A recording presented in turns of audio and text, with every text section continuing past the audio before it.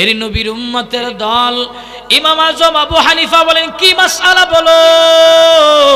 বলে, ইমাম আজম আপনাকে দেখে আমার জেহেন থেকে মাসআলা আউট হয়ে গেল। এর নবীর উম্মতের দল। ইমাম আজম বললেন, ঠিক আছে, মাসআলা যখন স্মরণ হবে তখন আসবা। ইমামুদ্দুনিয়া ইমাম আজম আবু হানিফা রাহমাতুল্লাহ আলাইহি এই কথা বলিয়া দরজা বন্ধ করলেন। দরজা বন্ধ করে বিছানার কাজ পর্যন্ত যেতে পারেননি। এমন সময় আবার আগন্তুক গিয়ে আঘাত করলেন। আঘাত করার পর ইমাম আজম বললেন, দরজা খুলে তোমার মাসআলা স্মরণ হলো? বলে, না। বলে, মাসআলাটা স্মরণ করেই দাঁড়িয়েছিলাম, যেই মাত্র আপনি দরজাটা খুললেন এই দরজার যে বিকট আওয়াজ হলো, আওয়াজ হওয়ার পর আমার জেহেন থেকে মাসআলাটা চলে গেল। এরে খিদিরপুর এলাকার মুমিনেরা শোনে নাও, আল্লাহর ওলি ইমাম আজম আবু হানিফা রাহমাতুল্লাহ আলাইহি বলেন, আবার যখন স্মরণ হবে তখন আসবা। যেই মাত্র এই কথা বলে দরজা বন্ধ করলেন। দরজা বন্ধ করার পর আবার আগন্তুক গিয়া কড়াঘাত করলেন। ইমাম আজম আবু হানিফা রাহমাতুল্লাহ আলাইহি দরজা খুললেন। খেয়াল করেন, ইমাম আজম যেই সময়টা সে ঘুম ডিস্টার্ব করলেন, এটা ঘুমের সময়। মাসআলা নিয়ে আসলেন ঘুমের সময়। ইমাম আজম আবু হানিফা রাহমাতুল্লাহ আলাইহি না রেগে দরজা খুললেন। দরজা খুলে বললেন, স্মরণ হলো? বলে, হ্যাঁ। বলে, কি হলো বলো? ইমাম আজম জানবার জন্য আসছি, সমাধান নেওয়ার জন্য আসছি। বলে, কি সমাধান? বলে, মানুষের পায়খানা। বলে, হ্যাঁ। পায়খানা তিতা নাকি মিঠা, এটা কেবল আপনার কাছ থেকে সমাধানের জন্য আসলাম। এর নবীর উম্মতের দল। এই যে ইমাম আজম রে এমন একটা প্রশ্ন করলেন, ইমাম আজম রাগের নাই, রাগের মাত্র বাড়ান নাই। ইমাম আজম আগন্তুককে ডেকে বলে, শোনো, মানুষের পায়খানা এটা তিতা নাকি মিঠা? তবে মানুষের পায়খানা দুই ধরনের, একটা হলো কাঁচা পায়খানা আর একটা হলো শুকনা পায়খানা। ইমাম আজম কত সুন্দর জবাব দিতেছেন, নারাইগা। ইমাম আজম বললেন, শুকনা পায়খানার একটা টেস্ট, ভিজা পায়খানার আর একটা টেস্ট। ইমাম আজম বললেন, শুকনাটা একটু তিক্তকর হয় আর কাঁচা পায়খানা মিষ্টি জাতীয় হয়। ইমামুদ্দুনিয়া ইমাম আজম এমন চমৎকার জবাব দেওয়ার পর আগন্তুক ইমাম আজমকে রাগানোর জন্য আবার বললেন, হে ইমাম আজম, আপনি যে জবাব দিলেন, আপনি কি এটা কোনোদিন খেয়ে টেস্ট করে দেখেছেন কিনা? এর নবীর উম্মতের দল, খেয়াল করেন, ইমাম আজম আবু হানিফা রাহমাতুল্লাহ আলাইহির দরজ কত! যদি এটা আমাদের বেলায় হতো, 3 বার ঘুমের সময় ডিস্টার্ব করলো। ডিস্টার্ব করার পর আবার এমন একটা বিশ্রী প্রশ্ন বললেন, আমরা হলে বলতাম ঘরের ভিতরে আসো, বেত লাগাবো, এরপরে বলবো। কিন্তু ইমাম আজমের মধ্যে এমন ধৈর্য ছিলেন, এমন সবর ছিলেন। ইমাম আজম বললেন, টেস্ট করে দেখতে হয় না, কিছু জবাব আকল দ্বারা দিতে হয়। এর নবীর উম্মতের দল, আকলের দ্বারা আমরা অনেক কিছু অনুমান করি। যেমন এই যে কথা বলতেছি, এটাকে বাক শক্তি বলা হয়। এটা কোন জায়গায় আসে পৃথিবীর কোনো মানুষ দেখতে পারে না। একের পর এক আমরা কথা বলতেছি, ঘন্টার পর ঘন্টা কথা বলি, কোন জায়গায় কথাগুলি জমা আছে কেউ দেখতে পারে না। এই যে আল্লাহ আমাদেরকে দেখার জন্য দৃষ্টি শক্তি দিয়েছে, কোন জায়গায় আছে আমরা শুধু আকল দ্বারা অনুমান করতে পারি। আল্লাহ তাআলা দেখার জন্য চোখ দিল। এই যে আমরা কান দ্বারা শ্রবণ করি, কেবলমাত্র অনুমান করতে পারি। হে মুমিন, আল্লাহ তাআলা আমাদেরকে কান দিলেন শোনার জন্য, আমরা কেবলমাত্র অনুমান করতে পারি। এই যে দেহটা আল্লাহ বানালো, দেহটা আল্লাহ তাআলা কত সুন্দর করে বানালো। দেহটা চলার জন্য আল্লাহ তাআলা এক একটা পার্টস এক একটা জায়গায় স্তরে স্তরে স্তরে স্তরে সেটিং করলেন। কিডনি যেই জায়গায় রাখার দরকার ওই জায়গায় রাখলেন। এর নবীর উম্মতের দল, লিভারটা যেই জায়গায় রাখার দরকার লিভার ওই জায়গায় রাখলো। পিত্রতুলি যেই জায়গায় রাখার দরকার এই জায়গায় রাখা হলো। মূত্রতুলি যেই জায়গায় রাখার দরকার এই জায়গায় রাখলো। আল্লাহ তাআলা হার্ট যেই জায়গায় সিটিং করার দরকার ওই জায়গায় রাখলেন। কোনটা কোনো জায়গায় আল্লাহ তাআলা উল্টা পাল্টা সেটিং করে নাই, যেটা যেই জায়গায় রাখার জন্য আল্লাহ তাআলার দরকার ওই জায়গায় রাখলেন। এর নবীর উম্মতের দল, যুবক মুরব্বী, পর্দার অন্তরের আম্মা জানেনা, খেয়াল করেন, এই যে আল্লাহ তাআলা আমাদের দেহটা চলার জন্য একটা রূহ দিয়েছে, যেটাকে দেহের চালিকা শক্তি বলা হয়। বর্তমান বিজ্ঞান মেশিন আবিষ্কার করেছে, কিডনি কতটুকুন ভালো আছে দেখা যায়, লিভার কতটুকুন ভালো আছে দেখা যায়। এরপর এরপরে হার্ট কতটুকুন ভালো আছে দেখা যায়। এই মুসলমান যুবক মুরব্বী পর্দার অন্তরাম্মা জানেরা, আল্লাহ তাআলা আমাদেরকে এই যে অঙ্গ প্রত্যঙ্গ বলে দিলেন, কোনটা কোন জায়গায় দিলেন দেখা যায়, কিন্তু আজও পর্যন্ত কোনো বিজ্ঞান আবিষ্কার, কোনো মেশিন আবিষ্কার করতে পারলেন না রূহটা কোন জায়গায় আছে দেখার জন্য। কেবলমাত্র শুধু আমরা জানি রূহ আমাদের দেহের ভিতরে আছে, কোন জায়গায় আছে কোন জায়গায় আছে বিজ্ঞান বলতে পারে না, মেশিনও বলতে পারে না, শুধু অনুমান করতে পারি রূহ আছে। ঠিক ইমামুদ্দুনিয়া ইমাম আজম বললেন, শোনো, সব বিষয়ের জবাব খেয়ে টেস্ট করে দিতে হয় না, আকল দ্বারা জবাব দিলাম, কিয়াসের মধ্যে জবাব বের করলাম। যেহেতু শুকনা জিনিস এটা তিতায় হয়, এই কারণে এটার মধ্যে মাছি কম বসে, আর বীজাটা একটু মিষ্টি জাতীয় হয়, মাছি এটার মধ্যে সবচেয়ে বেশি বসে।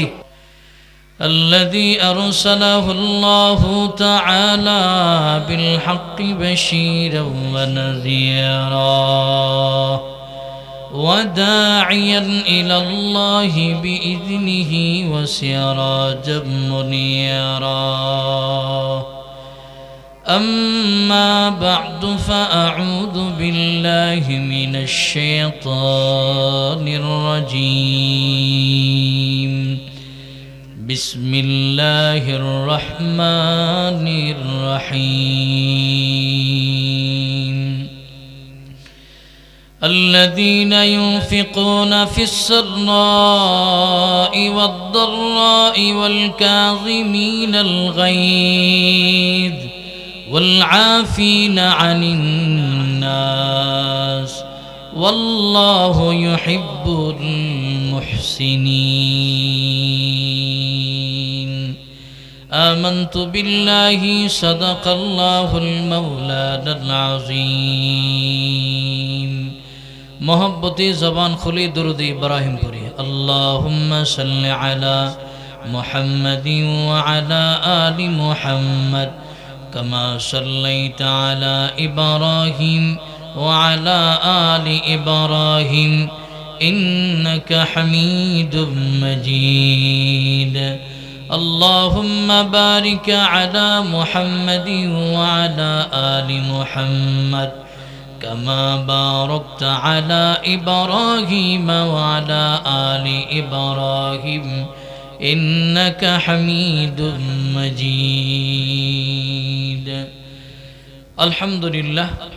ঐতিহ্যবাহী খিদিরপুর ভারেরা খাতুনে জান্নাত মহিলা মাদ্রাসা কর্তৃক আয়োজিত আজকের আজিমুর শান ইসলামী মহাসম্মেলন, মহতি ইসলামী মহাসম্মেলনে চলমান অধিবেশনে চলমান রজনীর মোহতারাম সম্মানিত সভাপতি, মঞ্চ উপস্থিত জাতির মাতার মকর, জাতির শ্রেষ্ঠ সন্তান হযরত উলামা ইকরাম, সম্মুখে উপস্থিত দিন প্রিয় ইসলাম প্রিয় মুরব্বিনা আওয়াম সমাবেশে আমার কলিজার টুকরা যুবক বন্ধুগণ, স্নেহের ছোট ভাই, পর্দার আলো অবস্থানরত শ্রদ্ধেয়া সম্মানিতা মা ও বোনেরা, মহান আল্লাহ পাক রব্বুল আলামিনের দরবারে কালিমাত শুকর আদায় করছি যে আল্লাহ পাক রব্বুল আলামিন এই ঠান্ডা রজনীতে উলামা ইকরামের জবান থেকে কোরআন এবং সুন্নাহর আলোকে গুরুত্বপূর্ণ দ্বীনি আলোচনা শোনার জন্য কবুল এবং মঞ্জুর করেছেন। সেজন্য রব্বে কায়নাতের শেখানো ভাষায় শুকর আদায় করছি, হৃদয়ের আবেগ অনুভূতি উজাড় করে আলহামদুলিল্লাহ।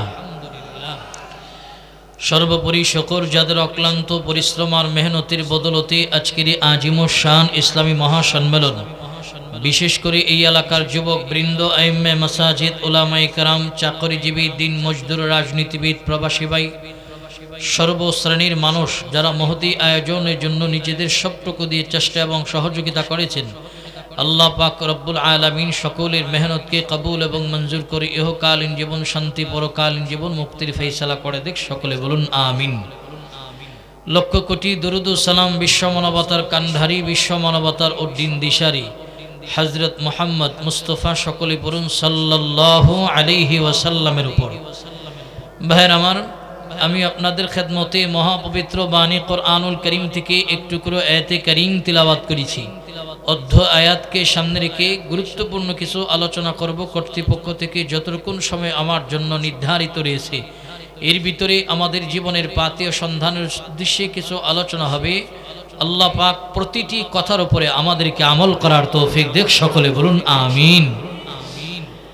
আজকে যে এরকম করে দ্বীনি মজমার ভিতরে দ্বীনি আলোচনা শোনার জন্য আমরা সমবেত হলাম, একত্রিত হলাম, যেমন করে একটা মাহফিলকে কেন্দ্র করে এলান করা হয়, মাইকিং করা হয়, পোস্টার করা হয়, শ্রোতা মণ্ডলী কেউ এই এলাকার, কেউ 5 কিলোমিটার দূর থেকে এসেছেন, কেউ 10 কিলোমিটার পথ পাড়ি দিয়ে এসেছেন উলামায়ে কেরামের জবান থেকে গুরুত্বপূর্ণ আলোচনা শোনার জন্য।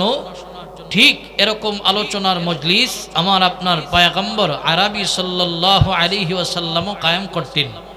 আল্লাহ রাসূলের মজমার ভিতরে যারা শ্রোতা মণ্ডলী ছিলেন, কেউ রাসূলের একেবারে কাছে থাকতেন, কেউ রাসূলের থেকে 10 কিলোমিটার দূরে থাকতেন, কেউ নবী থেকে একেবারে প্রত্যন্ত অঞ্চলে যাদের বসবাস ছিল রাসূলের কাছে তারা দ্বীনি আলোচনা শোনার জন্য আসতেন। নবীর কাছে একদল গ্রাম থেকে দ্বীনি আলোচনা শোনার জন্য আসলেন। আল্লাহর পয়গম্বর দ্বীনি আলোচনা করলেন। আল্লাহ রাসূল দ্বীনি আলোচনা করতে গিয়ে গুরুত্বপূর্ণ জরুরি কিছু আলোচনা করলেন। গ্রাম থেকে যে কাফেলা আসতে আলোচনা শেষ হওয়ার পর তারা চলে যাবে, ওই কাফেলা থেকে একজন সাহাবী আল্লাহ রাসূলের কাছে এসে বললেন, চলে যাব ইয়া রাসূলুল্লাহ, অনেক নসিহত শুনেছি, তবে যাওয়ার আগে এমন একটা নসিহত আপনি আমাকে করে দেন, যেই নসিহতটা মানলে আমার জীবন, দুনিয়ার জীবনও সফল হবে, আল্লাহর কাছেও প্রিয় হওয়া যাবে, সমস্ত মানুষের কাছে প্রিয় হওয়া যাবে, এমন একটা নসিহত আপনি আমাকে করেন। তবে রাসূল নসিহত যে করবেন, নসিহতের ভাষাটা যেন লম্বা না হয়, আবার সংক্ষিপ্ত না হয়। যেমন করে দাওয়াত ও তাবলীগের নেশাবে যারা গিয়েছেন, বিকেল বেলা যখন গাশতের জামাতটা মসজিদ থেকে বের হয়, যিনি ইলানের মাধ্যমে জামাতটাকে তৈরি করেন, তিনি বলে দেন আপনারা নসিহত করবেন, দাওয়াত দিবেন, আপনার নসিহতটা যেন লম্বা না হয়, লম্বা হলে যিনাকে আপনি মসজিদে আনার কথা বলতেছেন তিনি বিরক্ত হবে, আবার যেন এত সংক্ষিপ্ত না হয় তিনি কিছু না নিতে পারে। ঠিক আল্লাহ রাসূল সামনে সাহাবী দাঁড়ায় বলেন, নবী আমাকে এমন একটা নসিহত করুন, না লম্বা না ছোট। আল্লাহ রাসূল মুচকি হেসে দিয়া সাহাবীকে বললেন, লা তাগদাব, লা তাগদাব, তুমি রাগ করিও না, গুচ্ছা করিও না, যদি তুমি এই নসিহত মানতে পারো তোমার জীবনও সফল, দুনিয়ার জীবন সফল, পরকালও সফল, আল্লাহর কাছে তুমি দামি বনবা। জোরে বলুন সুবহানাল্লাহ। কারণ আল্লাহ রাসূলের সংক্ষিপ্ত নসিহতের ভিতরে হাজারো নসিহতের নহর লুকায়িত রয়েছে।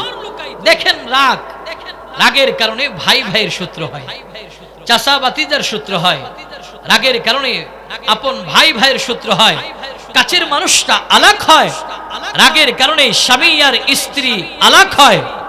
কারণ মানুষ হিসাবে আমার রাগ থাকবেই, এই রাগটাকে সবর এবং ধৈর্যের মাধ্যমে কন্ট্রোল করতে হবে।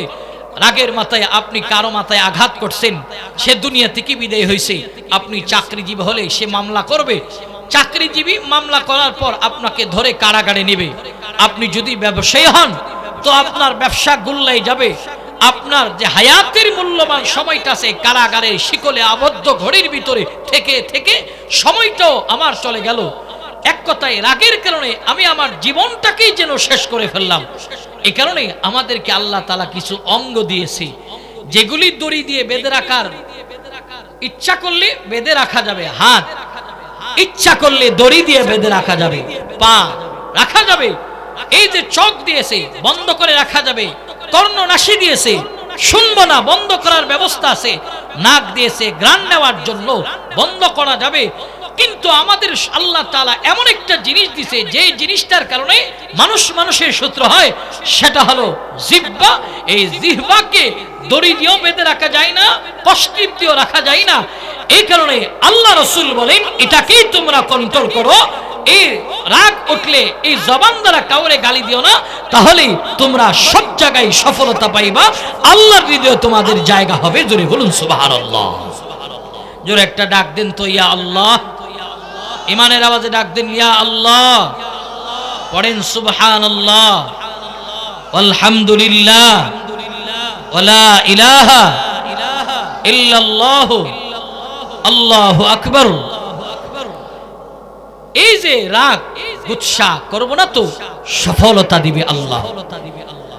আমাদের যে ইমাম, আমরা যার মাযহাবকে অনুসরণ করি, এই ইমামদের মাকাম ইজ্জত এত পড়ে গেছে, এদের মধ্যে কিছু গুণ ছিল, গুণের কারণে এদের সম্মান হৃদয়ে, সবার হৃদয়ে ভালোবাসা, সবার হৃদয়ে সমাদৃত হয়েছে।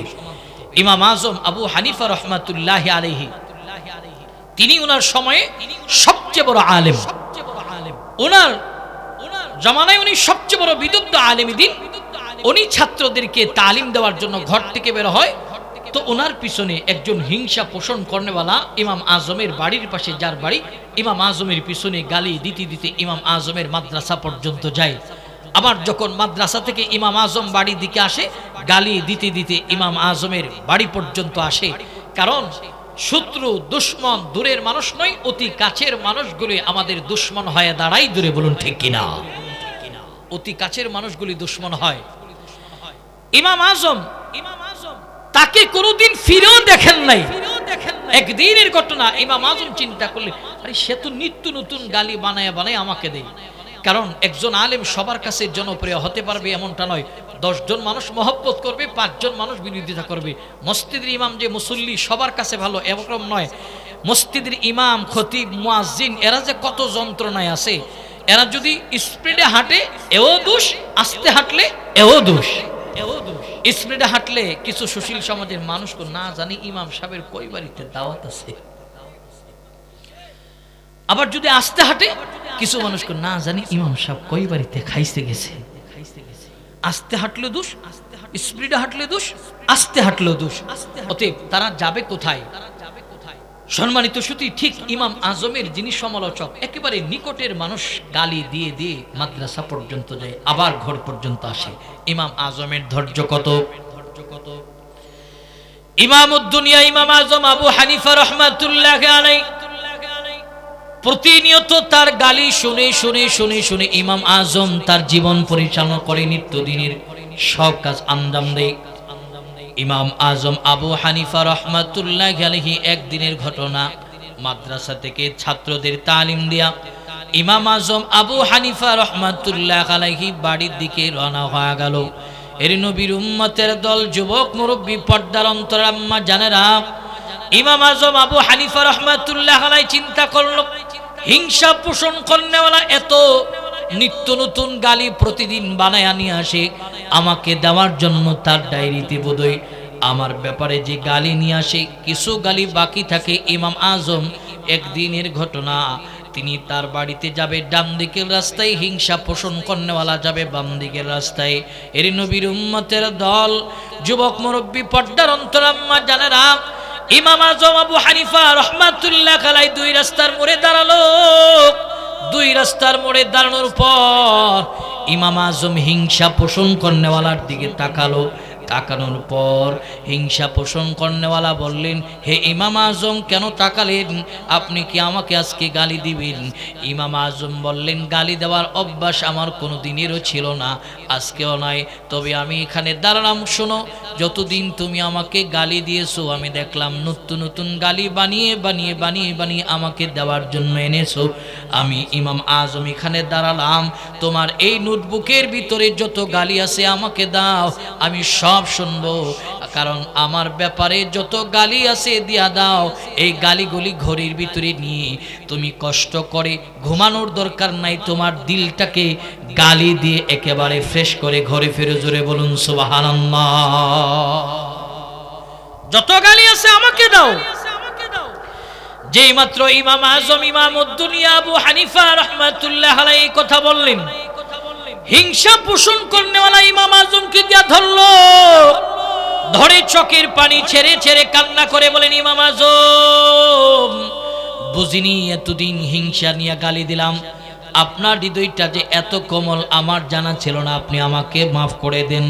এর নবীর উম্মতের দল, যুবক মুরব্বী, পর্দার অন্তরাম্মা জানেরা, ইমাম আজম এত বড় ইমাম এমনিতে হয়নি, হিংসাকে সবর এবং ধৈর্যের মাধ্যমে পানি বানালো। এই কারণে এদের জনপ্রিয়তা সবার হৃদয়ে ছিলেন, ভালোবাসা সবার হৃদয়ে ছিলেন। কিন্তু আমার অবস্থা হলো, রাগ এবং গুসাকে আমি আপনি কন্ট্রোল করতে পারলাম না।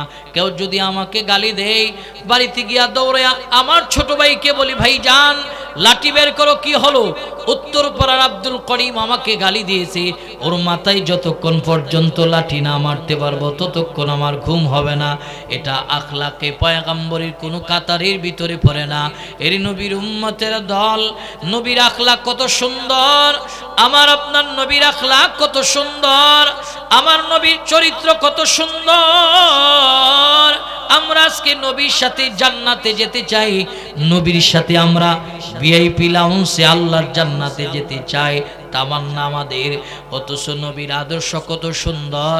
রাহমাতুল লিল আলামিন আমার একদিন কালিমার দাওয়াত নিয়ে যখন সাহাবাত মাইনদের কাফেলা নিয়ে বের হলো, কালিমার দাওয়াত দিয়ে দিয়ে দিয়ে দিয়ে পয়গম্বর যখন পথ চললেন, এমন সময় আমার আপনার নবীর সামনে একজন বেদুইন দাঁড়ালো। এর নবীর উম্মতের দল বেদুইন দাঁড়ায়া নবীকে অকাত্য ভাষায় গালমন্দ করলো। নবী আমার তার দিকে ফেল ফেল করে তাকায় আছে, গালি দেওয়া শেষ তো নবী আমার ইহুদিকে বললেন, ইহুদি ভাই এতক্ষণ যে তুমি আমাকে গালি দিলা, বলো তোমার জবানে কোনো কষ্ট পেয়েছো কি? জোরে বলুন সুবহানাল্লাহ। ইহুদি বলেন এটা কেমন মানুষ, গালি দিলাম আমাকে গালি না দিয়া বলতেছে জবানে কষ্ট পাইলাম কিনা, আজীব মানুষ।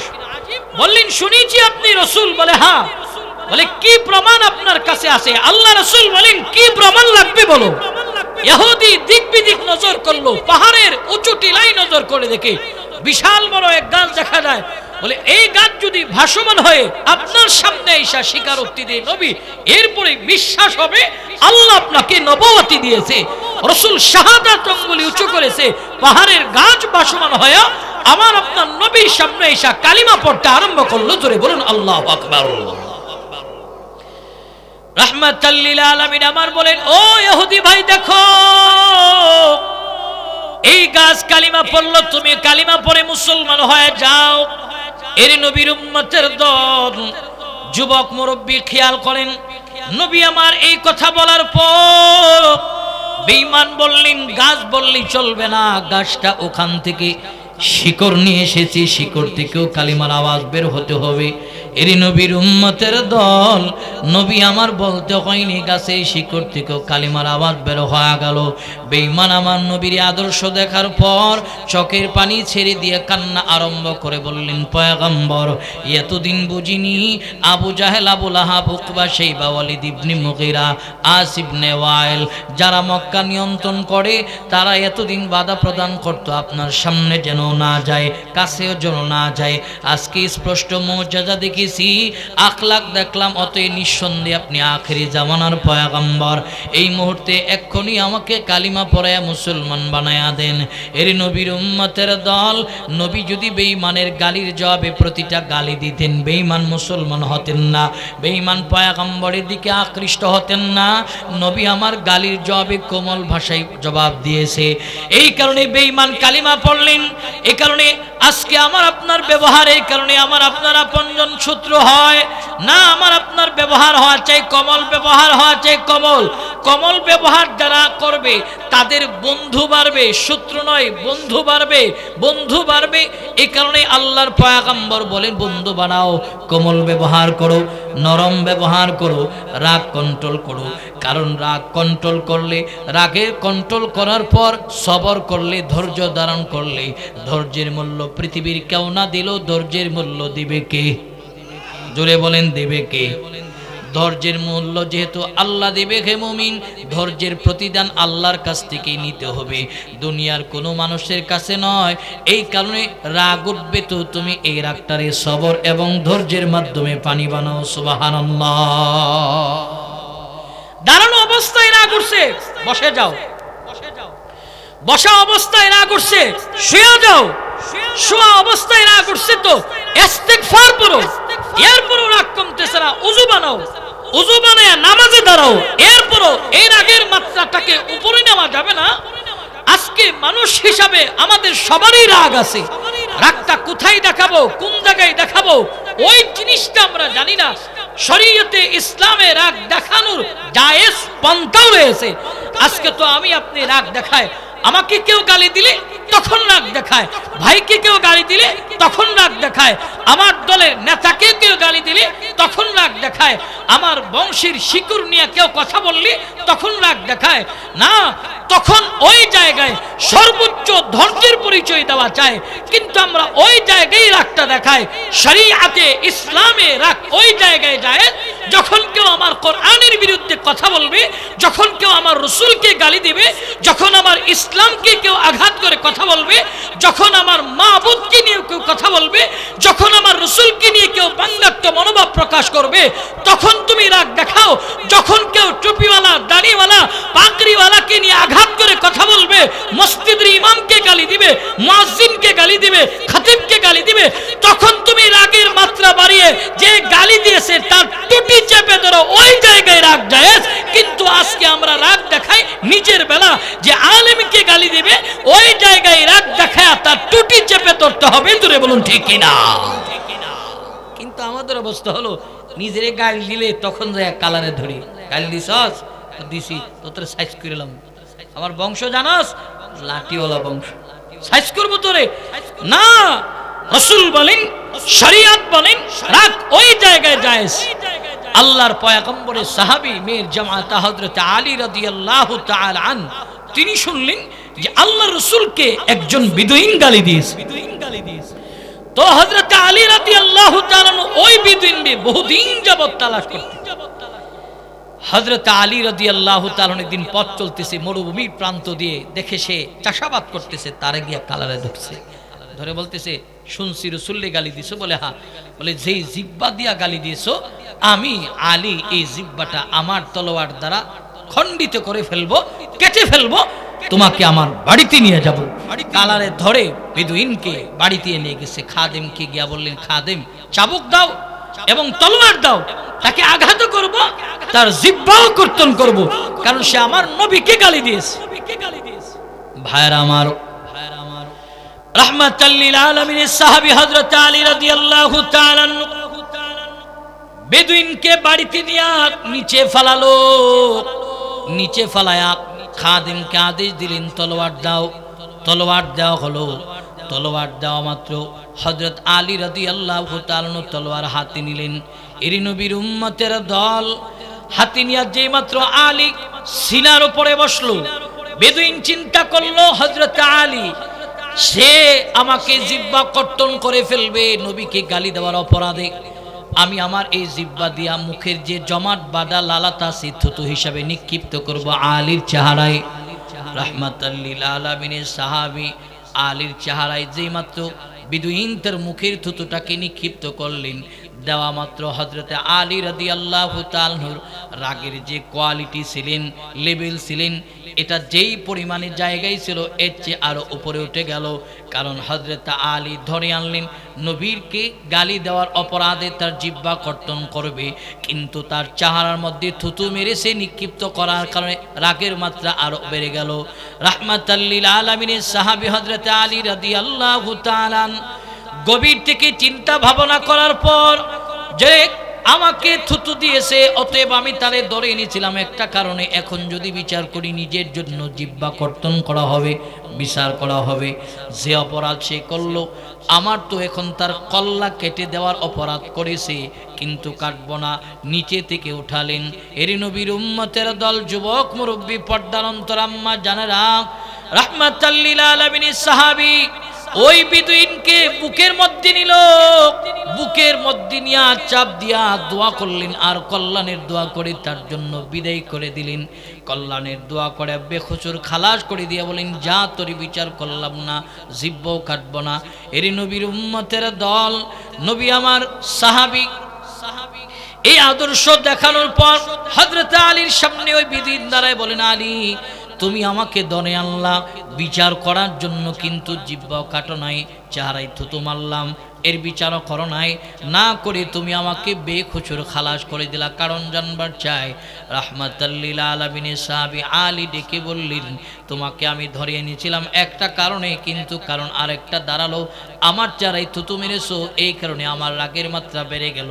আর রাসূল বলে সেই নিজের বেলায় রাগ উঠলে এটারে সবর এবং ধৈর্যের মাধ্যমে সবর করার জন্য এই জায়গায় সবর করলাম।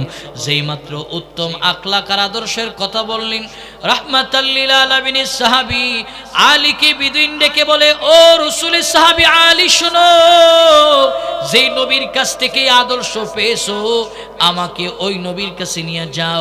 এতদিন যেই নবীর জবান দ্বারা জিহ্বা দিয়া গালি দিয়েছি, এই জবান দ্বারা আমি কালিমা পড়ে পয়গম্বরের হাতে হাত রেখে কালিমা পড়ে মুসলমান হয়ে যাব। সুবহানাল্লাহ। আখলাক কেমন সুন্দর হওয়া চাই। আল্লাহ রাসূলের সাহাবীরা এরা নবীর প্রতিটা আখলাককে প্রতিটা জায়গায় সেটিং করেছে। কিন্তু আমাদের অবস্থা হলো দাবি করি রাসূলের উম্মত, আমাদের অবস্থা হলো দররে মাররে কাটরে ফাররে মাথা ফাটাও রে। এই হলো আমাদের আখলাক। এটা আখলাকে পয়গম্বরের কোন আদর্শের ভিতরেই পড়ে না। আখলাকে পয়গম্বরের আদর্শ হলো গালি দিয়েছে তুমি মাফ করে দাও, গালি দিয়েছে তার জন্য কল্যাণের দোয়া করে দাও, গালি দিয়েছে বলে ভাই তোর এই গালিটা আমার জন্য কল্যাণের দোয়া, সফলতার দোয়া। কিন্তু গালি শোনা মাত্রই আমার গায়ে সাত করে আগুন ওঠে, তো এই আগুন নিবানোর জন্য তারে আঘাত করি, আঘাত করার পর অর্থ করি, সময় যা কিছু আছে সব নষ্ট হয়। এই কারণে বুদ্ধিমান তারা যারা নিজের রাগকে আল্লাহর জন্য কন্ট্রোল করে, আল্লাহ তাআলা এদেরকে সবার হৃদয়ে সমাদৃত করে দেয়। জোরে বলুন আল্লাহু আকবার। কিছু মানুষ তার আখলাকের কারণে সব মানুষের কাছে জনপ্রিয় হয়ে থাকে, কিছু মানুষ তার আখলাকের কারণে সবার রূহের বদদোয়া নেই। দেখবেন কিছু মানুষ মারা গেলে কবিও বলেন, এমন জীবন করো হে গঠন, মরণে হাসিবে তুমি কাঁদিবে ভুবন। এমন জীবন করিও না গঠন, মরণে কাঁদিবে তুমি হাসিবে ভুবন। কিছু মানুষ যখন মারা যায় এই ভুবনের অনেক মানুষ তার জন্য চোখের পানি ছাড়ে, কারণ তার আখলাকটা তার কাছে প্রিয় ছিল, তার ব্যবহারটা সবার কাছে প্রিয় ছিল। সে ব্যবহারের মাধ্যমে, ব্যবহার এমন একটা জিনিস যে ব্যবহারের মাধ্যমে আমার আপনার নবী নোংরা আচ্ছন্ন বর্বর জাহালাতে ভরপুর অন্ধকার আচ্ছন্ন একটা সমাজে রাসূল এসেছিলেন। ওই সমাজের মানুষকে একমাত্র রাসূল তার আখলাক আর সুন্দর চরিত্র ব্যবহারের মাধ্যমে পরিবর্তন করেছিলেন। ঠিক আমরা ওই আখলাক গ্রহণ করতে হবে। কিছু মানুষের আখলাক আমাদের দিলের ভিতরে থাকে, মরে গেলে আমরা আফসোস করি আর বলে, আরে লোকটারে আরো আল্লাহ তাআলা 5 বছর হায়াত বাড়াইয়া দিল না কেন, আমার হায়াতটাই তারে দিয়ে দিল। আবেগে আমরা এই কথা বলি। আর কিছু মানুষ যখন মারা যায় তখন আমরা চায়ের দোকানে এরপরে আড্ডাখানায় বসে বসে বলে, আহা হে মরছে ভালোইছে, এ মানুষের কলিজা পইরা একেবারে অঙ্গার করে ফেলছে। এই যে মানুষের রূহের যে বদদোয়াটা সে পায়, আর রূহের যে দোয়াটা ওই মানুষগুলো পায় যাদের আখলাক সুন্দর। জোরে বলুন আল্লাহু আকবার। এই কারণে নবী আমার বলেন আখলাক সুন্দর বানাও। রাহমাতাল লিল আলামিনের সাহাবীরা আখলাক কত সুন্দর। এই মুসলমান যুবক মুরব্বী পর্দার অন্তর আম্মা জানেরা, আখলাক সুন্দর হওয়া চাই। আজকে আমরা গালি দেই, একজন আরেকজনকে গালি দেই, মসজিদের ইমামরে গালি দিন, মুয়াজ্জিনকে গালি দিন, খতিবকে গালি দিন, বদদোয়া দিন। অথচ মসজিদের ইমামের প্রতিটা মুনাজাতে জাতির কল্যাণ, এলাকার কল্যাণ, দেশের কল্যাণ, খতিবের দোয়ার মধ্যে দেশের কল্যাণ, জাতির কল্যাণ, সবার কল্যাণ নিয়ে তারা দোয়া করে। এরই নবীর উম্মতের দল, এরা হলো শেখ শিবলি রহমাতুল্লাহ আলাইহির যোগ্য উত্তরসূরি। এরা কাউকে গালি দেয় না, আলেমরা কাউকে গালি দেয় না, ইমাম কাউরে গালি দেয় না, হাফেজ কাউরে গালি দেয় না, মুয়াজ্জিন কাউকে গালি দেয় না। হে মুমিন শোনো, তারা হলো শেখ শিবলি রহমাতুল্লাহ আলাইহির যোগ্য উত্তরসূরি। শেখ শিবলি রহমাতুল্লাহ আলাইহি একজন যুগ শ্রেষ্ঠ বুজুর্গ। তিনি ছাত্রদেরকে তালিম দেয়া দজলার কিনারা দিয়ে হেঁটে হেঁটে হেঁটে হেঁটে যাচ্ছেন। এমন সময় শিবলি রহমাতুল্লাহ আলাইহি নজর করে তাকালো, নদীর মাঝখানে কিছু যুবক বাদ্যযন্ত্রের তালে আনন্দ ফুর্তি করতেছে। শিবলি রহমাতুল্লাহ আলাইহিকে দেখার পর এদের আনন্দের মাত্রাটা আরো বেড়ে গেল। তারা শিবলিকে দেখা গানের ভলিউম আরো বাড়াইয়া দিল। শিবলি রহমাতুল্লাহ আলাইহি চিন্তা করলেন, এখন যদি এদেরকে নসিহত করতে যায় সংখ্যায় বেশি আমার উপরে আক্রমণ করবে। তিনি রুমালটা টেনে সামনের দিকে কদম বাড়িয়ে বাড়িয়ে পথ চলতেছেন। আর তারা শিবলিকে দেখে অকাত্য ভাষায় গাল দিতেছে, তার বংশ নিয়ে গালি দিয়ে, ব্যক্তিত্ব নিয়ে গালি দিল। এর নবীর উম্মতের দল শিবলি রহমাতুল্লাহ আলাইহি কল্যাণের দোয়ার মধ্যে একটা চমৎকার দোয়া করেছেন, আল্লাহ এই যুবকরা আমাকে না জেনে গালি দিচ্ছে, আল্লাহ এরা দুনিয়াতে আনন্দ ফুর্তি করতেছে, আমোদ ফুর্তি করতেছে, জান্নাত এদের দুনিয়াতে হিদায়াতের দৌলত দিয়ে এরা দুনিয়া থেকে যাওয়ার পরও একত্রিতভাবে তোমার জান্নাতে এদেরকে আনন্দ ফুর্তির একটা ব্যবস্থা করে দাও। এর নবীর উম্মতের দল শিবলি রহমাতুল্লাহ আলাইহি এই দোয়া করার পর শিবলির এই দোয়াটা বাতাসের মাধ্যমে যুবকদের কানে গেল। এই কানে যাওয়ার পর নৌজনরা বললেন, দেখছো যে শিবলির আমরা গালি দিলাম, শিবলি গালি দেয় নাই, কল্যাণের দোয়া করলো। এর নবীর উম্মতের তাকা যুবক মুরব্বী পর্দার অন্তরের আম্মা জানেরা ভালো করে শুনেলেন। শিবলি রহমাতুল্লাহ আলাইহির দিকে যুবকরা বললেন, নৌকাটা পাড়ে ভিড়া, যে শিবলি আমাদের জন্য এত চমৎকার কল্যাণের দোয়া করলো, শিবলিকে আমরা গাল দিলাম, তার কাছ থেকে মাপ চাইতে হবে। শিবলির কাছে যাওয়ার জন্য নৌকাটা কাঁধে ভিড়াইছে, পাড়ে ভিড়াইয়া দৌড়ে শিবলির পায়ে গিয়া ধইরা বললেন, শায়েখ মাফ করে দেন, বুঝিনি, অন্যায় করেছি, অপরাধ করলাম, গালি দিয়েছি, কিন্তু আপনি এত চমৎকার কল্যাণের দোয়া আমাদের জন্য করেছেন, অতএব আমরা বুঝিনি, আপনারে গালি দিলাম। শিবলি বলেন, আমার মনে কোনো দুঃখ নাই, পেরেশানি নাই, তোমাদের জন্য কোনো বদদোয়া নাই, আমি তোমাদের জন্য হিদায়াতের দোয়া আল্লাহ তাআলার কাছে করলাম। সুবহানাল্লাহ। এই যে আলেমরা গালি দেন, আলেমরা গালি দেয় না, আলেমদেরকে মহব্বত করতে শিখেন। এই যে খিদিরপুর মাদ্রাসা, যদিও একটা মহিলা মাদ্রাসা, এই মেয়েদেরকে মহব্বত করতে শিখেন। যারা ছোট ছোট মেয়ে মাদ্রাসায় পড়ে তারা কোরআন শিখে, মহব্বত করতে শিখে তারা, কারণ তাদের সিনাটা আল্লাহর কোরআনের জন্য আল্লাহ কবুল করেছে। যারা আলেম ওলামাকে গালি দেন, গালি দেন না, গালি না দিয়া এদের খেদমত করেন, কারণ খেদমতের বদলতে আল্লাহ তাআলা আপনার খানদানের ভিতরে বড় বড় আলেম পয়দা করবে, বড় বড় দ্বীনদার পয়দা করবে। কিন্তু আমাদের অবস্থা হলো এদেরকে আমরা দূরে সরাইয়া দিলাম, এদেরকে আপন বন্ধু বানাই না। আরে আলেম উলামা কোরআনের দ্বারক বাহক যারা, এদেরকে যদি বন্ধু না বানান, ময়দানে মাহশারে উকবা বিন আবি মুআইতের মতো হাত কামড়ে লাগবে। উকবা বিন আবি মুআইত ময়দানে মাহশারে হাত চিবিয়ে কামড়িয়ে বলবে, আহ ইয়া ওয়াইলাকা লাইতানি লাম আত্তাখিদ ফুলানান খলিলা। নিজের হাত চিবিয়ে চিবিয়ে খাবে আর বলবে, আফসোস আর বদনসিব, কেন দুনিয়াতে আমি আল্লাহ রাসূলকে বন্ধু বানাইলাম না, অমুক তুমুককে বন্ধু বানিয়েছি। ঠিক আমাদের একদল মানুষ ময়দানে মাহশারে আল্লাহর আদালতে সামনে দাঁড়ায় চিবিয়ে চিবিয়ে নিজের হাত কামড়াবে, মাথায় থাপ্পড় দিবে, পাছায় থাপ্পড় দিবে, কেন আলেম ওলামা কোরআনের দ্বারক বাহক যারা ছিল এদেরকে বন্ধু বানাইলাম না। আরে এই মহব্বতের বন্ধনের কারণে খানদানের ভিতরে আল্লাহ তাআলা যোগ্য আলেম পয়দা করে দিবে। জোরে বলুন আল্লাহু আকবার। খাজা মিশকি রহমাতুল্লাহ আলাইহি, হিন্দুস্তানের একজন বুজুর্গের নাম খাজা মিশকি রহমাতুল্লাহ আলাইহি, যে মাদ্রাসায় পড়াতেন, মাদ্রাসার পাশে গেইটে একজন হালুয়া বিক্রেতা ছিলেন, হালুয়া বিক্রি করত, 1 পয়সা হালুয়া বিক্রি করত। 1 পয়সা সম পরিমাণ হালুয়া দেওয়ার পর আরেকটু বেশি হালুয়া বাড়াইয়া দিত। একদিন এক ছাত্র প্রশ্ন করলেন, চাচা আপনি হালুয়া বিক্রি করেন, 1 পয়সার যতটুক হালুয়া দেন তার চেয়ে একটু বেশি দেন কেন? বলে, বাজান আমার স্ত্রী সন্তান সম্ভবা, আমার স্ত্রীর গর্ভ থেকে যদি কোনো ছেলে সন্তান জন্ম হয় তো তোমাদের মতন মাদ্রাসায় পড়াবো, ওই মহব্বতের জায়গা থেকে আমি তোমাকে একটু হালুয়া তোমাদেরকে একটু বেশি দেই। জোরে বলুন আল্লাহু আকবার। খাজা মিশকি রহমাতুল্লাহ আলাইহি হিন্দুস্তানের বুজুর্গ, তিনার মাদ্রাসার পাশে হালুয়া বিক্রি করে। হালুয়া বিক্রেতা একদিন বাড়িতে গেছে, বাড়িতে যাওয়ার পর তার বিবি আয়েশা বলতেছেন, স্বামী আমি একটা খুব চমৎকার স্বপ্ন দেখছি। বলে, কি চমৎকার স্বপ্ন দেখছো? বলে, স্বপ্ন দেখেছি আমি ঘুমের ঘরে মুনাজাত করতেছি, মুনাজাতের মধ্যে একজন বুজুর্গের চেহারা আমার হাতে বাইসা উঠছে। তখন স্বামী বলেন, এর তাবির আমি করব না, কারণ স্বপ্ন দেখার পর স্বপ্ন জাত্তার কাছে খুলে বলতে নেই। স্বপ্ন আমাদের 3 ধরনের, রহমানি, খেয়ালি, এরপরে শয়তানি।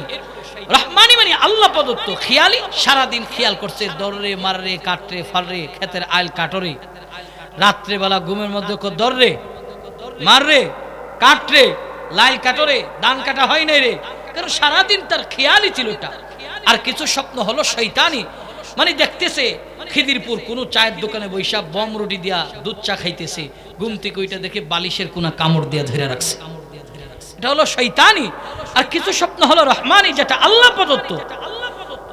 তো স্বপ্ন দেখার পর যাত্রার কাছে কইতে নেই, আব্দুল করিম স্বপ্ন দেখছে, কইছে জব্বারের কাছে, কি স্বপ্ন? বলে দেখ রে, স্বপ্ন দেখছি আমার সামনে দুইটা দাঁত পড়ে গেছে আর সাপে আমারে দৌড়াইতেছে। আব্দুল করিম কাহা কি হা, সর্বনাশ, কি সর্বনাশ, তোর হায়াত নাই, এই কারণে দাঁত পড়ছে, সাপে দৌড়াইতে, তোর হায়াত নাই। এই যে একটা তাবির করলো, হয়ে গেল। স্বপ্নে দেখার পর এটা গুরুত্বপূর্ণ, যার কাছে গেলে স্বপ্নের সঠিক তাবির পাবো, গুরুত্বপূর্ণ ব্যক্তির কাছে আমার স্বপ্নের কথাটা বলতে হবে। তো স্বামী আর স্ত্রী স্বপ্নের কথা আদান প্রদান হচ্ছে। তিনি বললেন, আমি তো মূর্খ মানুষ, এই স্বপ্নের ব্যাখ্যা আমি দেব না, বরঞ্চ খাজা মিশকির কাছে যাব। খাজা মিশকির কাছে গিয়া বলে, শায়েখ আমার আহালি একটা স্বপ্ন দেখছে। বলে কি স্বপ্ন? বলে মুনাজাত করতেছে, ঘুমের ঘরে দেখা দেখলেন মুনাজাতের মধ্যে বুজুর্গের চেহারা বাইসে উঠছে। খাজা মিশকি বললেন, তোমার স্ত্রী কি সন্তান সম্ভব? বলে হ্যাঁ। বলে তোমার স্ত্রীর গর্ভ থেকে যে সন্তানটা হবে আল্লাহ তাআলা তাকে যুগশ্রেষ্ঠ আলেম হিসাবে কবুল করবে। জোরে বলুন সুবহানাল্লাহ। ঠিকই মুজাদ্দিদুল মিল্লাত শাহ আশরাফ আলী থানভী রাহমাতুল্লাহ আলাইহি বলেন, যুগশ্রেষ্ঠ আলেম হিসাবে তারা আল্লাহ কবুল করেছেন। গালেবান নামটা জেহেনে নাই, এটা মোহাব্বত একটু হালুয়া বেশি দিত, এই কারণে আল্লাহ তাআলা তার খানদানে যুগশ্রেষ্ঠ আলেম পয়দা করেছেন। এই কারণে আলেমদেরকে গালি নয়, এদেরকে কাছে টানেন, দুঃখ কষ্ট এদের সাথে শেয়ার করেন, মোহাব্বত করেন, ভালোবাসেন। কারণ আলেমরা হলো এই পৃথিবীর সবচেয়ে ধৈর্যশীল ব্যক্তি, সবচেয়ে ধৈর্যশীল ব্যক্তি। বিশেষ করে মসজিদের ইমামের দিকে তাকাইলে বোঝা যায় কত ধৈর্যশীল ইমামরা। মসজিদের ইমামরে পারে ব্যক্তি কথা কয়, না পারে ব্যক্তি কথা কয়, পারে ব্যক্তি কথা কয়, না পারে ব্যক্তি কথা কয়। অথচ সে আল্লাহর ঘরের ইমাম, সে যদি আপনার বয়সে ছোট হয়, তার ভিতরে আসমানি ইলম আছে, ইলমের কারণে তে সম্মানিত হয়েছে, তাকে আপনি সম্মান দেখায় কথা বলতে হবে। আমরা মসজিদে গিয়ে একটু ময়লা দেখলে, ইমাম সাহেব ময়লা যে, আর ইমাম সাহেব ময়লা যে এটা বলেন কেন? আপনি নিজে পরিষ্কার করেন, ইমাম রেতে বলেন কেন? এটা তো বেয়াদবি। অথচ হুসাইন আহমদ মদনী রহমাতুল্লাহ আলাইহি কত যুগ শ্রেষ্ঠ বুজুর্গ আলেম, হুসাইন আহমদ মদনী যখন মসজিদে নববীতে হাদিস পড়াইতেন, মসজিদে নববীতে কোনো ময়লা আবর্জনা দেখলে হুসাইন আহমদ মদনী নিজের জামা কাপড় দিয়া মুছতেন। কোন কোন বর্ণনায় আসছে একদিন কাপড় নাই তো হুসাইন আহমদ মদনী নিজের লম্বা দাড়ি দিয়ে মসজিদে নববীর ফ্লোরকে মুছতে আরম্ভ করলেন। জোরে বলুন আল্লাহু আকবার। তাদের চেয়ে তো আমরা দামি নই। মসজিদের ইমামরে ধমকান, অমুকরে ধমকান, তমুকরে ধমকান না, ওই জায়গায় সবর করেন, কারণ আপনার জন্য রূহ থেকে, হৃদয় থেকে দোয়া করে ইমাম। এই কারণে যারা নিজের রাগকে কন্ট্রোল করবে, আল্লাহ তাআলা এদের মাকাম বাড়াইয়া দিবে, মাকাম বাড়াইয়া দিবে। ইমাম আযম আবু হানিফা রাহমাতুল্লাহি আলাইহি, ইনাদের তাহাম্মুল তথা রাগ কন্ট্রোল করার মাত্রা কেমন ছিল খেয়াল করেন। একদিনের ঘটনা, ইমাম আযম আবু হানিফা রাহমাতুল্লাহি আলাইহি ইনার যে সমালোচনা ছিলেন সারাদিনের বন্টনকৃত, ইনি সকালবেলা 10টা থেকে নিয়ে 12টা পর্যন্ত ছাত্রদের পড়াইতেন। 12টা থেকে নিয়ে এরপরে যে সময়টা উনি নামাজের জন্য প্রস্তুত হতেন, নামাজ পড়ে খাওয়া দাওয়া করে একটু সুন্নাত কাইলুলা সুন্নাত আদায় করতেন। ইমাম আযম আবু হানিফা রাহমাতুল্লাহি আলাইহি বিকেলবেলা মাসআলা বর্ণনা করতেন। একদিনের ঘটনা, ইমাম আযম আবু হানিফা রাহমাতুল্লাহি আলাইহি, ইমামুদ্দুনিয়া ইমাম আযম আবু হানিফা রাহমাতুল্লাহি আলাইহি ঘুমের ঘরে গেল। এর নবীর উম্মতের দল ঘুমের ঘরে যাওয়ার পর ইমাম আযম আবু হানিফা রাহমাতুল্লাহি আলাইহি দরজার মধ্যে একজন আগন্তুক গিয়া করাঘাত করলেন। করাঘাত করার পর ইমাম আযম আবু হানিফা রাহমাতুল্লাহি আলাইহি দরজা খুললেন। দরজা খুলে জিজ্ঞেস করলেন, কে তুমি? বলে দূরের মুসাফির। কি চাও? বলে মাসআলা বর্ণনা করার জন্য, শোনার জন্য, সমাধান নেওয়ার জন্য আসলাম। এর নবীর উম্মতের দল ইমাম আযম আবু হানিফা বলেন, কি মাসআলা বলো? বলে ইমাম আযম আপনাকে দেখে আমার জেহেন থেকে মাসআলা আউট হয়ে গেল। এর নবীর উম্মতের দল ইমাম আযম বললেন, ঠিক আছে, মাসআলা যখন স্মরণ হবে তখন আসবা। ইমামুদ্দুনিয়া ইমাম আযম আবু হানিফা রাহমাতুল্লাহি আলাইহি এই কথা বলিয়া দরজা বন্ধ করলেন। দরজা বন্ধ করে বিছানার কাজ পর্যন্ত যেতে পারেননি, এমন সময় আবার আগন্তুক গিয়ে আঘাত করলেন। আঘাত করার পর ইমাম আজম বললেন, দরজা খুলে তোমার মাসআলা স্মরণ হলো? বলে না। বলে মাসআলাটা স্মরণ করে দাঁড়িয়েছিলাম, যেই মাত্র আপনি দরজাটা খুললেন এই দরজার যে বিকট আওয়াজ হলো, আওয়াজ হওয়ার পর আমার জেহেন থেকে মাসআলাটা চলে গেল। এর খিদিরপুর এলাকার মুমিনেরা শোনে নাও, আল্লাহর ওলি ইমাম আজম আবু হানিফা রহমাতুল্লাহ আলাইহি বলেন, আবার যখন স্মরণ হবে তখন আসবা। যেই মাত্র এই কথা বলে দরজা বন্ধ করলেন। দরজা বন্ধ করার পর আবার আগন্তুক গিয়া কড়াঘাত করলেন। ইমাম আজম আবু হানিফা রহমাতুল্লাহ আলাইহি দরজা খুললেন। খেয়াল করেন ইমাম আজম যেই সময়টা সে ঘুম ডিস্টার্ব করলেন, এটা ঘুমের সময়, মাসআলা নিয়ে আসলেন ঘুমের সময়। ইমাম আজম আবু হানিফা রহমাতুল্লাহ আলাইহি না রেগে দরজা খুললেন। দরজা খুলে বললেন, স্মরণ হলো? বলে হ্যাঁ। বলে কি হলো বলো? ইমাম আজম জানবার জন্য আসছি, সমাধান নেওয়ার জন্য আসছি। বলে কি সমাধান? বলে মানুষের পায়খানা। বলে হ্যাঁ। পায়খানা তিতা নাকি মিঠা, এটা কেবল আপনার কাছ থেকে সমাধানের জন্য আসলাম। এর নবীর উম্মতের দল এই যে ইমাম আজম রে এমন একটা প্রশ্ন করলেন, ইমাম আজম রাগের নাই, রাগের মাত্র বাড়ান নাই। ইমাম আজম আগন্তুককে ডেকে বলে, শোনো, মানুষের পায়খানা এটা তিতা নাকি মিঠা? তবে মানুষের পায়খানা দুই ধরনের, একটা হলো কাঁচা পায়খানা আর একটা হলো শুকনা পায়খানা। ইমাম আজম কত সুন্দর জবাব দিতেছেন, নারাইগা। ইমাম আজম বললেন, শুকনা পায়খানার একটা টেস্ট, ভিজা পায়খানার আর একটা টেস্ট। ইমাম আজম বললেন, শুকনাটা একটু তিক্তকর হয় আর কাঁচা পায়খানা মিষ্টি জাতীয় হয়। ইমামুদ্দুনিয়া ইমাম আজম এমন চমৎকার জবাব দেওয়ার পর আগন্তুক ইমাম আজমকে রাগানোর জন্য আবার বললেন, হে ইমাম আজম, আপনি যে জবাব দিলেন, আপনি কি এটা কোনোদিন খেয়ে টেস্ট করে দেখেছেন কিনা? এর নবীর উম্মতের দল খেয়াল করেন, ইমাম আজম আবু হানিফা রহমাতুল্লাহ আলাইহির দরজা কত! যদি এটা আমাদের বেলায় হতো, 3 বার ঘুমের সময় ডিস্টার্ব করলো। ডিস্টার্ব করার পর আবার এমন একটা বিশ্রী প্রশ্ন বললেন, আমরা হলে বলতাম ঘরের ভিতরে আসো, বেত লাগাবো, এরপরে বলবো। কিন্তু ইমাম আজমের মধ্যে এমন ধৈর্য ছিলেন, এমন সবর ছিলেন। ইমাম আজম বললেন, টেস্ট করে দেখতে হয় না, কিছু জবাব আকল দ্বারা দিতে হয়। এর নবীর উম্মতের দল আকলের দ্বারা আমরা অনেক কিছু অনুমান করি। যেমন এই যে কথা বলতেছি, এটাকে বাক শক্তি বলা হয়। এটা কোন জায়গায় আসে পৃথিবীর কোনো মানুষ দেখতে পারে না। একের পর এক আমরা কথা বলতেছি, ঘন্টার পর ঘন্টা কথা বলি, কোন জায়গায় কথাগুলি জমা আছে কেউ দেখতে পারে না। এই যে আল্লাহ আমাদেরকে দেখার জন্য দৃষ্টি শক্তি দিয়েছে, কোন জায়গায় আছে আমরা শুধু আকল দ্বারা অনুমান করতে পারি। আল্লাহ তাআলা দেখার জন্য চোখ দিল।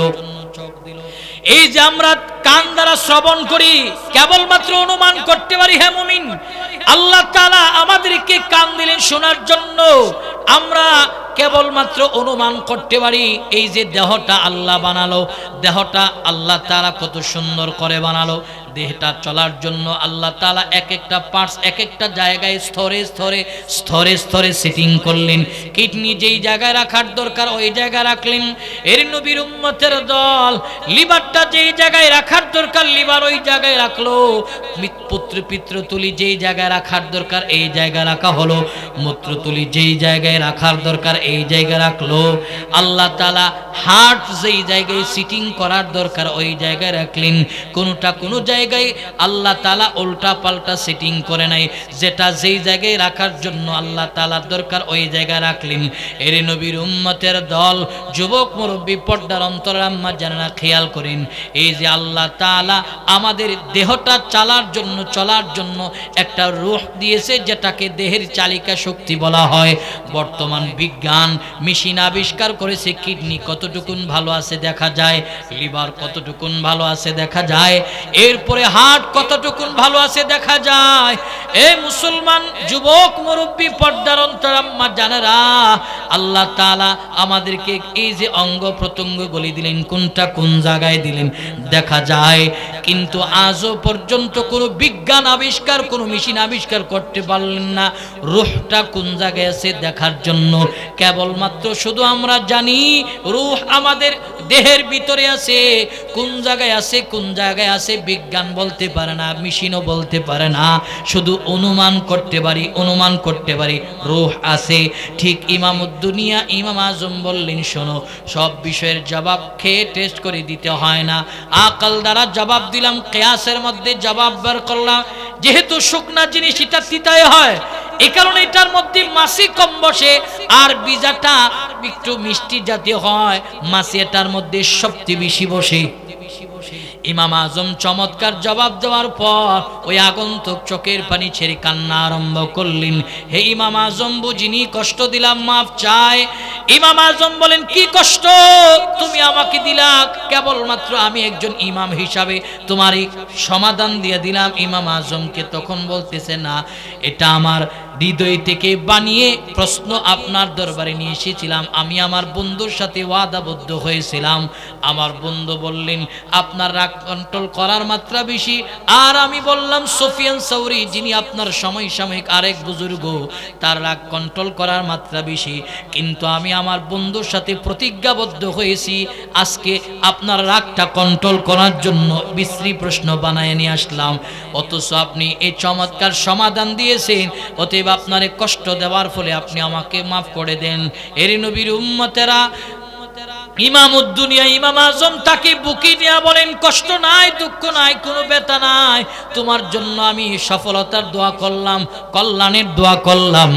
ইমাম আজম এইভাবে তার নিরাগকে কন্ট্রোল করেছে। এরই আমার খিদিরপুর এলাকার যুবক মুরব্বী, পর্দার অন্তরাম্মা জানেরা, নিজের রাগ উঠবে, এই রাগটাকে সবর এবং ধৈর্যের মাধ্যমে যারা কন্ট্রোল করবে, আল্লাহ পাক রব্বুল আলামিন বলে দুইটা পণ্য যারা কামাই করবে, এক নম্বর হলো সচ্ছল এবং অসচ্ছল অবস্থায় আল্লাহর রাস্তায় ব্যয় করবে, দুই নম্বর হলো আল্লাহ পাক রব্বুল আলামিন বলে রাগ উঠলো, এই রাগটাকে যদি সবর এবং ধৈর্যের মাধ্যমে কন্ট্রোল করে নাও হে মুমিন, আল্লাহ তাআলার কাছে প্রিয় হওয়া যায়। শুধু আল্লাহর কাছে নয়, প্রতিটা মানুষের কাছে প্রিয় হওয়া যায়। প্রতিটা মানুষের কাছে প্রিয় নয়, নবীর কাছেও প্রিয় হওয়া যায়। আল্লাহর কাছে প্রিয়, নবীর কাছে প্রিয়, মানুষের কাছে প্রিয়। এই প্রিয় মানুষগুলি আল্লাহর প্রিয় হয়ে আল্লাহর জান্নাতে যাবে। সুবহানাল্লাহ। আলহামদুলিল্লাহ, আমাদের প্রধান বক্তা সালমান ফারসি সাহেব ইতিমধ্যে চলে আসছেন, সকলে বলেন আলহামদুলিল্লাহ। তো অল্প কিছুক্ষণের মধ্যে হুজুর চলে আসবেন। এর আগে হযরত মুক্তাসর একটু আলোচনা করতেছেন, 10 মিনিট সর্বোচ্চ, এর মধ্যে ইনশাআল্লাহ আমরা ওনাকে পেয়ে যাব।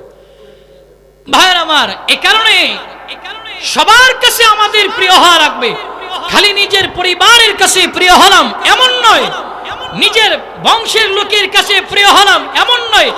এক কথায় সবার কাছে আমাদের প্রিয় হওয়া রাখবে, সবার কাছে প্রিয় হওয়া রাখবে, আল্লাহর কাছেও প্রিয় হওয়া রাখবে, রাসূলের কাছেও প্রিয় হওয়া রাখবে। এই কারণে আমরা সবাই সবার প্রিয় হতে চাই, কারণ প্রিয় মানুষ হই আমরা পৃথিবী থেকে যেতে হবে, প্রিয় মানুষ বানা লাগবে। তো প্রিয় মানুষ বানার একটা গুরুত্বপূর্ণ আমল, গুরুত্বপূর্ণ কাজ হলো যে আমাদের রাগকে কন্ট্রোল করতে হবে। রাজি আছেন ইনশাআল্লাহ? এই রাগ আমরা কন্ট্রোল করব, আর কোরআন এবং সুন্নাহ মোতাবেক আমরা আমাদের জীবনকে পরিচালনা করব। আজকে তো আমরা দাবি করি রাসূলের উম্মত, কিন্তু আমাদের মধ্যে কোরআন এবং সুন্নাহ নাই। কোরআন এবং সুন্নাহ থেকে আমরা অনেক দূরে, কোরআন থেকে অনেক দূরে, সুন্নাহ থেকে অনেক দূরে। ভাইয়ের আমার, এখানে কোরআন এবং সুন্নাহকে আঁকড়ে ধরতে হবে, আঁকড়ে ধরে আমাদের জীবনকে পরিচালনা করা লাগবে। যারা কোরআন এবং সুন্নাহর মোতাবেক নিজের জীবনকে পরিচালনা করে তারা দামি মানুষ। এই যে নসিহত শুনলেন, কোরআন থেকে শুনলেন, কিন্তু আমরা নসিহত শুনি এক কান দিয়া ঢুকাই তো আরেক কান দিয়া বের করি না। শুনছেন তো এটাকে দিলের কান দিয়া শুনবেন, তো আমলের নিয়তে শুনবেন, তাহলেই ফায়দা। আমরা অনেকে নসিহত জানি, কিন্তু আমাদের আমলের বড় অভাব। এই কারণে নসিহত শুনবো, জানবো, আমল করব, পালন করব, তাহলেই কামিয়াব। আপনি জানেন যে আগুনে ঝাঁপ দিলে মরতে হবে, পানিতে ডুইবা গেলে সাঁতার না জানলে মরতে হবে, এই জিনিসটা জানেন, আপনি সতর্ক হইয়া ওই জিনিসগুলি থেকে বেঁচে থাকার চেষ্টা করেন।